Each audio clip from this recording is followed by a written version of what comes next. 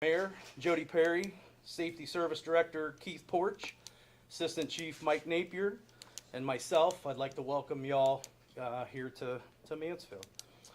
So present for this press conference, I have Detective Terry Butler, DNA Analyst Don Fryback. I have County Prosecutor Jody Schumacher, Assistant Prosecutor Chris Brown, and Richland County Prosecutor Intern Jacqueline Jakubik. So thank you all for being here. So I'm going to read the press release that I'm going to put out directly at the end of this. On April 29th, 1981, 18-year-old Deborah L. Miller was brutally murdered in her apartment at 151 West 3rd Street. Over the past 40 years, her homicide has gone unsolved. During this time, the case has been reopened several times. One individual continued to draw investigators' attention, but not enough evidence could ever be provided to sustain an indictment. In 2021, Detective Terry Butler re-examined the case after a discussion he had with a retired MPD Lieutenant Dale Fortney. He and DNA analyst Don Fryback reopened the case and started completely over. They examined the case as if it had happened yesterday through an entirely new lens. Their findings were staggering. With the continual progress in DNA technology and some innovative techniques, a firm DNA profile began to show itself on numerous pieces of evidence. This DNA profile was linked to the suspect. After further investigation, it was determined the profile belonged to an individual named James Vaness. Mr. Vaness lived above Deborah during the night of the homicide. He had been questioned during the initial investigation, but was never identified as a suspect. Detective Butler contacted Mr. Vaness at his residence in Canton, Ohio in November of 2021. This would be the first of 2 interviews throughout this investigation. In the initial interview, Detective Butler felt that Mr. Vaness was trying to create an alibi by justifying his DNA being present in the apartment, even though Detective Butler had never breached that topic. Mr. Vaness also admitted to lying to investigators during his first interview in 1981. Mr. Vaness ended the second interview in 2024 before it could even begin. He stated he felt like Detective Butler was building a case against him, and he refused to speak and requested an attorney. Several weeks after their last discussion, Mr. Vaness sold his residence, purchased a pickup truck and an enclosed trailer, and fled to West Virginia. During his abrupt departure, Mr. Vaness left several firearms in his residence in Canton. During his travels, he was stopped by West Virginia authorities and found to have 2 firearms on his person. He was arrested on state charges and incarcerated. ATF agents then took over that case, and he was later indicted on federal gun charges. Mr. Vaness had posted bond on his state charges and was relocated in Canton. U.S. Marshals and Canton SWAT attempted to serve this indictment at a hotel located in the 6800 block of Sunset Strip Avenue, northwest Canton, Ohio, on November 18th. It is our understanding that when confronted by marshals and the Canton Regional SWAT team, Mr. Vaness pointed a gun at them and barricaded himself inside that hotel room. After a short shootout, one Canton SWAT member was shot in the arm, and Mr. Vaness was fatally shot. The DNA evidence collected from multiple items, when analyzed alongside the findings in Detective Butler's investigation, establishes proof beyond a reasonable doubt that James Vaness committed the murder of Deborah Miller on April 29, 1981. Because of this, we now consider this case closed. This is a sad and tragic case. Although the closing of this case does not bring Deborah back, it does not replace the last 43 years that this family has had to endure. We hope that this closing brings some closure to them finally. At this point now, I will open the floor for questions. Chief, can you talk a little bit about the DNA? What was the source of the DNA that was analyzed? This is where the DNA analyst comes into play. You could speak from there if you like. Okay. I need her at the microphone, please. Oh, gotcha. Please. Thank you. Sorry. I'm sorry. There were over 80 different analyses that I performed in this case that spanned over the course of a couple years in multiple rounds of testing. And a lot of the DNA profiles that came back to match Mr. Vaness were mixed with Debbie Miller's DNA and were present on some of the items directly related to the homicide. She was brutally beaten.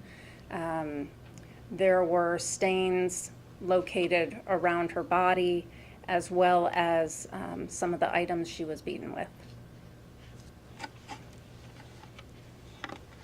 Detective, do you have any idea why, since he lived above her back in '81, he was questioned? Why was he not a suspect, identified as a suspect? You remember, don't remember, but as you look back at your prior investigation, why they didn't look at him as a possible suspect? I can't answer that. And I was 10 years old when this happened. So When he was arrested with firearms, the reason why it was illegal for him to have them, these illegal guns, was he under? so his record, he had extensive criminal history that would prohibit him from possessing a firearm. Now, there was a fingerprint found back in 2017 to the FBI database, and that's the most recent story I found.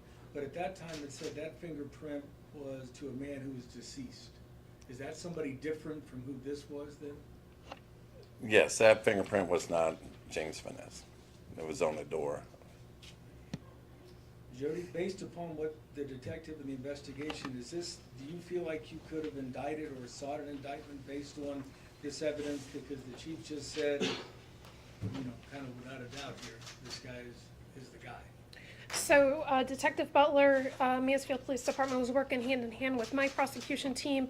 And as they were going back and forth, we were ultimately there in late fall of 2024. We were to the point where we were reviewing the available evidence, the necessary witnesses that would need to testify to those key items, making sure they were still available as we were preparing to go to grand jury when November 18th had happened. So you were preparing to go to to take a case to the grand jury? That was the next step, yes, sir.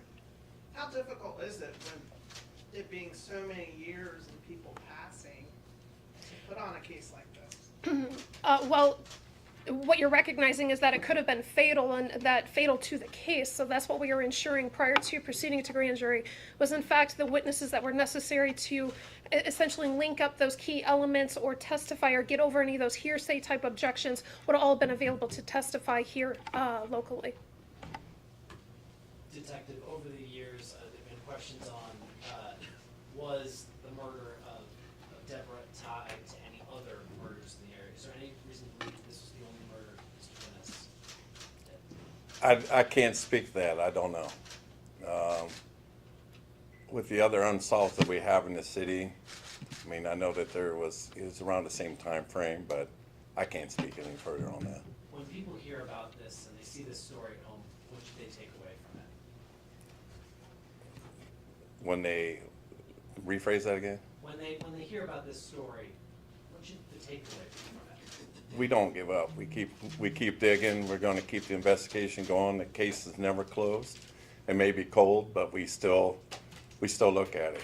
I mean, and this is an example of it. I mean, my great uncle was the first officer, one of the first officers on the scene of this homicide in '81. Like I said, I was 10 years old, so I was fortunate enough to work this case and work with Dawn, and we were very fortunate to get the evidence that we had and our suspect. Based on the evidence, can you give a recreation of how the day unfolded leading up to the murder and what Vaness did?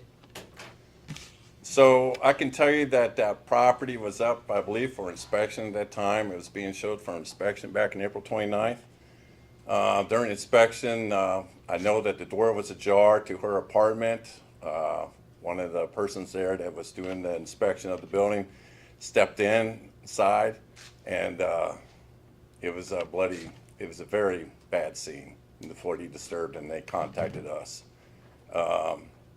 As far as anything else, I mean, we looked at VHS tapes that the fire department did back then of the crime scene, which really helped out too, was the layout of the evidence as it was during then. We were able to look at those VHS tapes and see where the evidence was and, you know, best suited for testing for a suspect.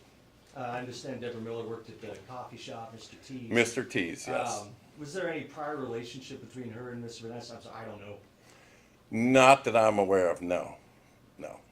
So And no relationship, any motivation on what prompted him to do this? I think we want to talk about, what do we get any? Well, I can tell you what's unique about this case and how this was handled a little differently than previous cases. You know, this had been reopened 2 or 3 times over that 43 years. So this particular time, I know talking to Dawn and Terry, that this time when they sat down, they didn't really dig into any of the past. They looked strictly at the evidence. With DNA technology moving forward as it does, they took a total different approach. So when I say looked at this through a different lens, that's what I mean. Dawn sat down, laid out each piece of evidence collected. I can say back in 1981, the evidence collection we thought would have been poor at best was amazing. The evidence that they collected and how they preserved it all these years was amazing, and that's a big testament to why we are where we are today.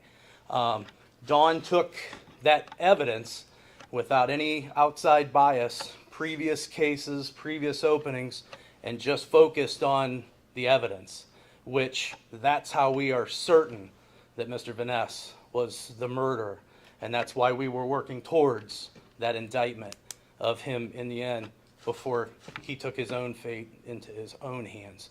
So we didn't dig so much into the past of the case, wasn't so much important to the investigation because our focus was merely on the evidence. what stuck out to you in the evidence?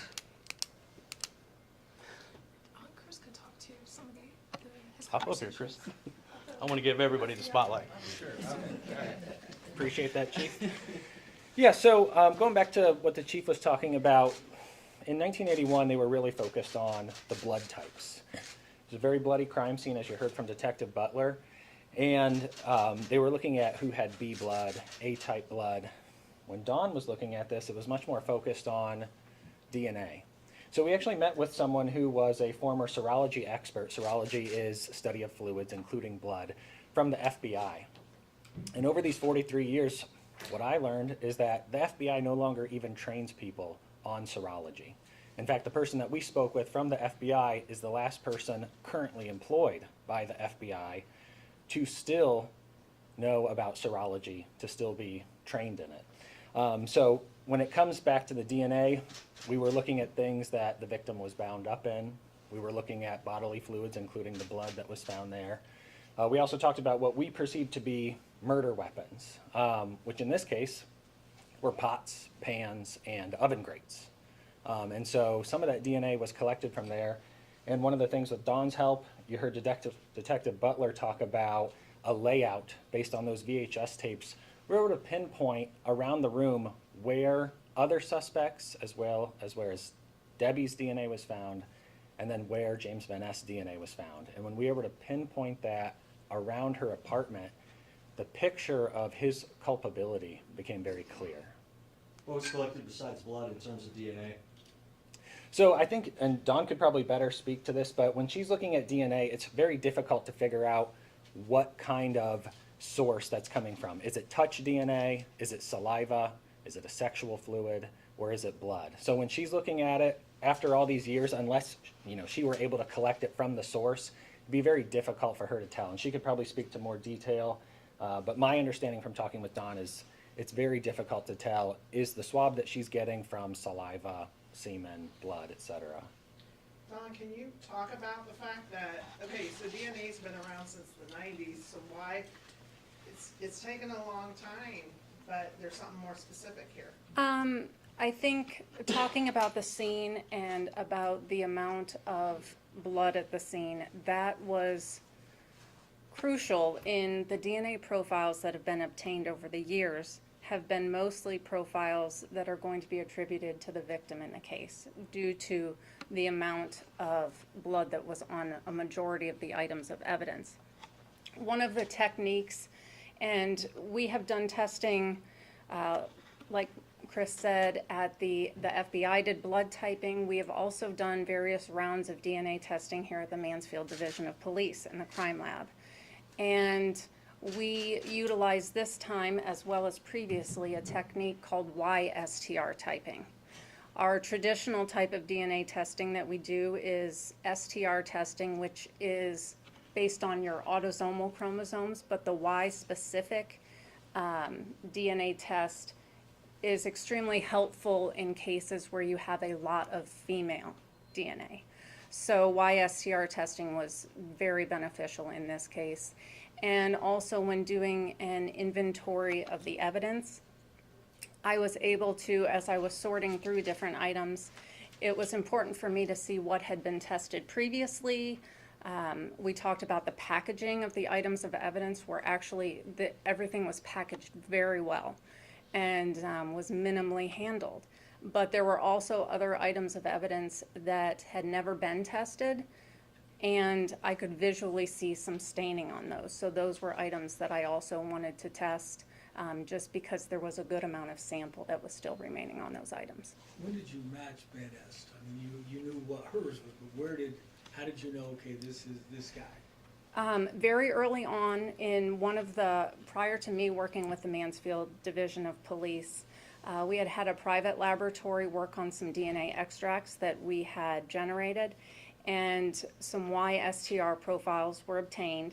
So when I started my analysis, one of the first things I wanted to do was work up DNA standards or profiles from all of the individuals that had been collected at that time. And due to the age of the case, sometimes we didn't know necessarily the relevance of these individuals, just that samples had been collected. And 40 years ago, they typically took blood samples, which were tested by the FBI and were no longer usable, but they also collected hair samples because 40 years ago, hair comparisons were routinely done. And I went through and determined which samples we had hair samples of individuals, and those microscope slides that were preserved is what I was able to generate DNA profiles from for all of the individuals. And at that point, right away we saw some DNA matches with Mr. Vaness. So it was very much at the beginning, but then as more and more items were tested, that same profile kept showing up. When you interviewed Vaness, was your first interview with him was in Canton? Yes. Can you recollect for us or describe that interview process, things you asked, things he answered? I mean, what did you confront him with in terms of evidence? Okay, so when I approached him as I just looking at the case. I didn't bring out any DNA or anything like that. He started rehashing stuff just like it was yesterday. Mind you, it was 40-some years ago. And, he gave a story that there was a homeless guy that was trying to break into her apartment and that he had ran this guy off. He had told Debbie about it, and she was appreciative of it. Early morning of April 29th, he's coming back from a bar. He's saying that she invited him in. They had consensual sex, and then he said he got sick and left. Well, I assume then he's talking about the consensual sex part because DNA. It's got to be, because like I said, he rehashed it like it was yesterday. 40-some years ago, I don't remember a lot of stuff, So that's where that took off at. So we got him in the apartment that day at early morning hours of the day she was found. And with his DNA, his markers left in the house, and him saying, I was there that morning. How long between the first interview and the second where he was not nearly as cooperative? Yeah, the second one, he wasn't at all too much. I think that was,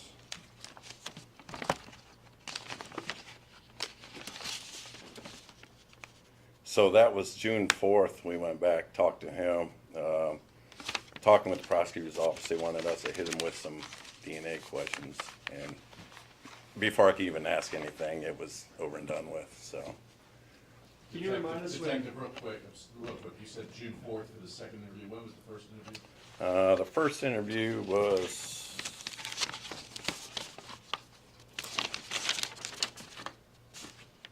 11/2/21. Can you remind us of what year he was killed, Mr. Vaness?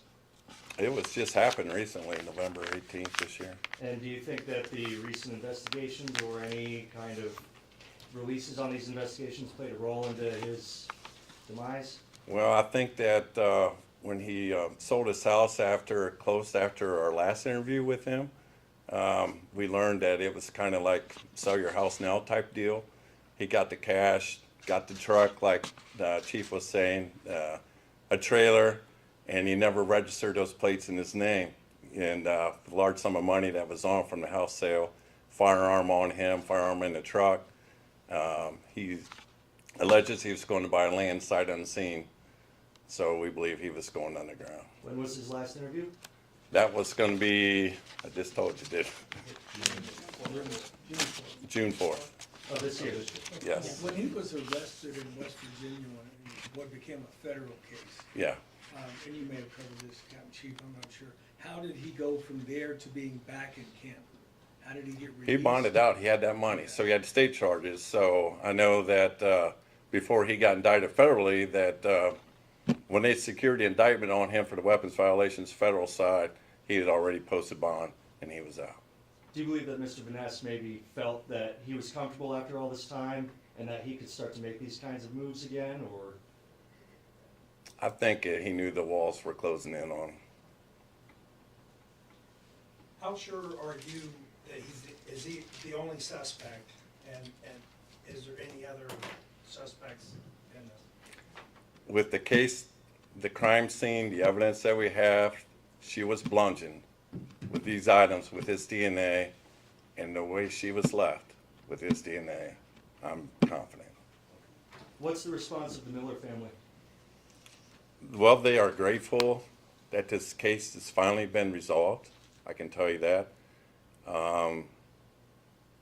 I mean, it's a long time to go without your sister, or, you know.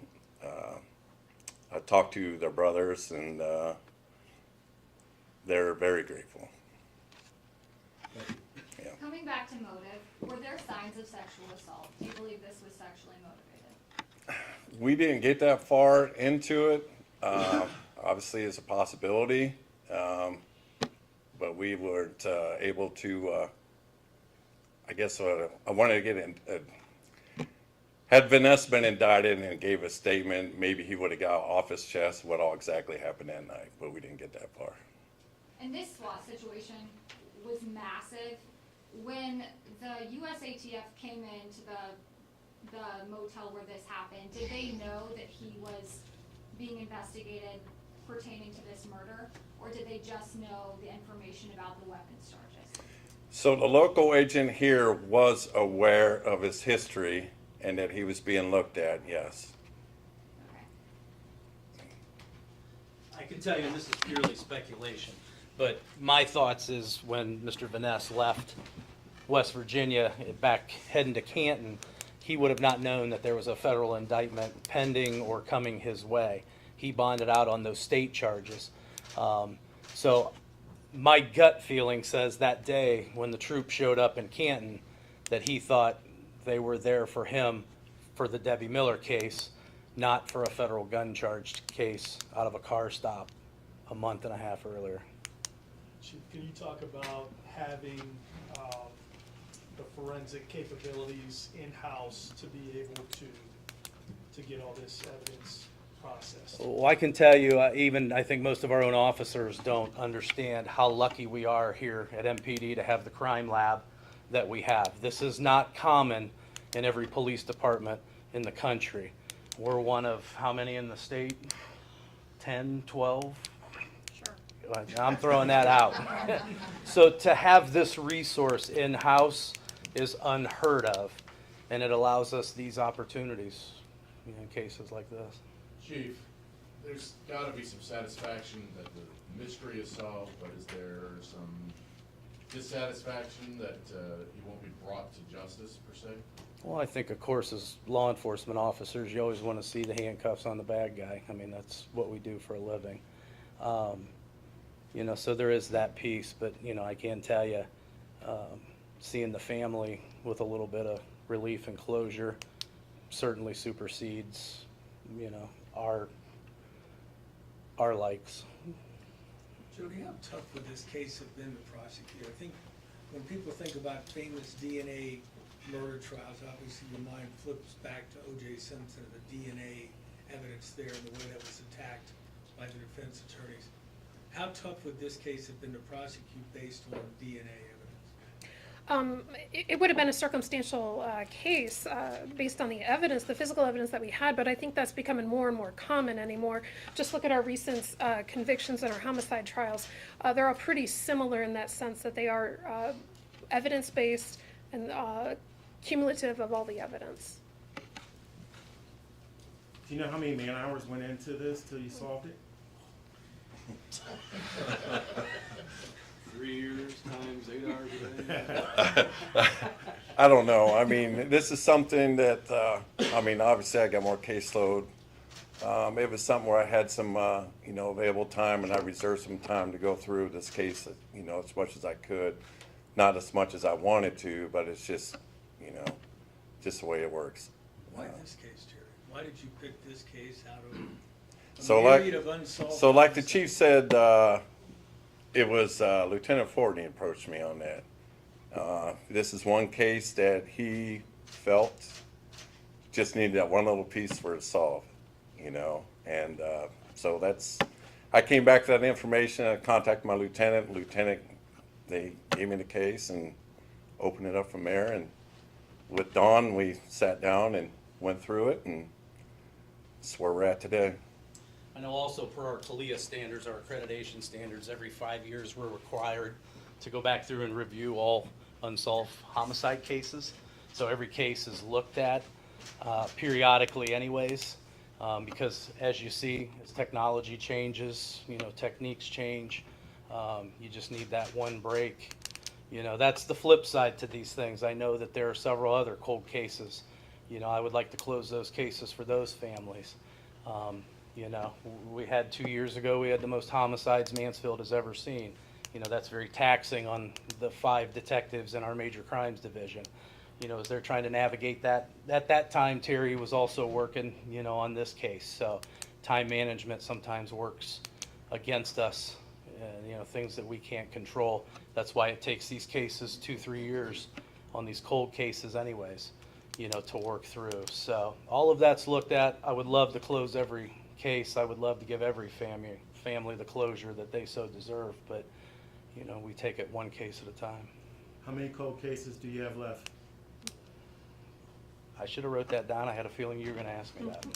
I don't know that answer off the top of my head. All right. Are there any photos available of Deborah Miller or Mr. Vaness? So immediately following this, I have a press release ready to go out.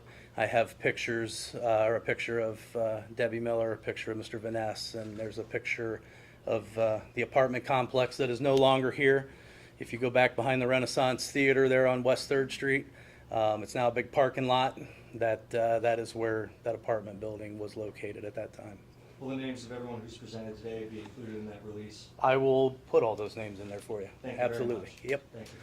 Any other questions? Was the family aware of all this effort, or was this something you wanted to keep yourself until you had something to tell them? We notified the family at the end when things became concrete. I didn't want to create false hope. Any other questions? Okay. Well, I thank you all for coming. I appreciate your time, and yeah, I'll get that press release out. Thank you.